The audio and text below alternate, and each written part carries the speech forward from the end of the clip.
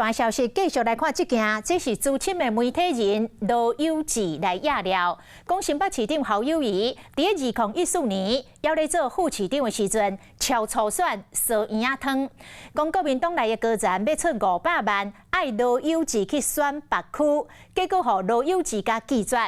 即卖因为这个代志，民进党新北市党部主委何柏文要来告发着侯友宜违反选罢法。出来压料的这个当事人罗友志讲，若需要，伊嘛愿意来做证人。国民党的发言人林佳兴来反口说，讲超选举烧圆仔汤，敢毋是正就是民进党的专长？尤其是何柏文是民进党派系牺牲品，有骨若改，红烧圆仔汤烧掉。伊是来反问着何柏文，是毋是要大义灭亲，先来告因的党主席赖清德？我这一生从事公职40几年了，清清白白、坦坦荡荡，不为任何的抹黑。听到敏感烧圆仔汤的争议，新北市长侯友宜先是笑笑来回应，说落来伊表情变甲真严肃，强调家己从政以来清清白白。也毋过民进党无要放伊煞，就是因为资深的媒体人罗友志咧压料。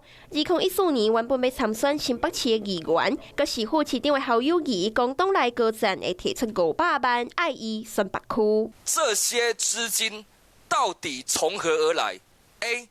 朱立伦 B. 候选人 C. 中国 D. 新北建商。爱侯友宜好好啊讲清楚、说明白，更加怀疑就是要照出风来闪避问题。因为在这个代志爆发的过两天，新北市府就宣布侯友宜要出访的消息，这个无提过的背后，敢讲原因无单纯。这个好巧代志哈。那只要没有不正利益，没有那500万，应该没有什么问题的。